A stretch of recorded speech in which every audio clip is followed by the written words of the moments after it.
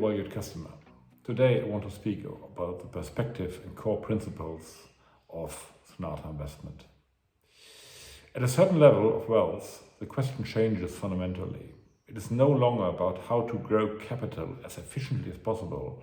It becomes a question of how to preserve it under all conditions, how to maintain control and how to ensure that structures remain stable, regardless of market or systemic developments. This shift is not theoretical. It is a direct consequence of scale.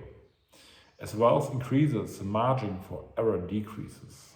Small inefficiencies, uncontrolled risks, or structural weaknesses can have disproportionately large consequences. What may be manageable at lower levels of capital becomes critical at higher levels. This is precisely where Sonata investment is positioned. We do not view wealth as a portfolio in the traditional sense.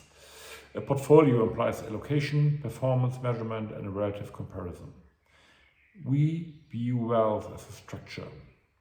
A structure must be designed to endure. It must remain resilient under stress, adaptable under changing conditions, and transparent enough to allow for informed decision-making at all times.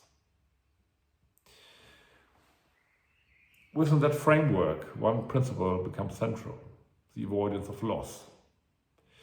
From a financial perspective, this is not a conservative stance, but a mathematically grounded one. Losses and gains are not symmetrical. Recovering from a loss requires a disproportionately higher return. The deeper the loss, the more difficult the recovery.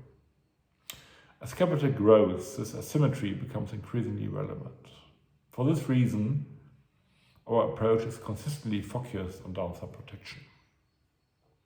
This does not mean avoiding risks entirely. It means understanding, structuring, and controlling risk in a way that prevents irreversible outcomes. Our objective is not to eliminate volatility, it is to prevent structural damage. Because ultimately, long-term wealth is not built by maximizing every opportunity, it is built by avoiding critical mistakes.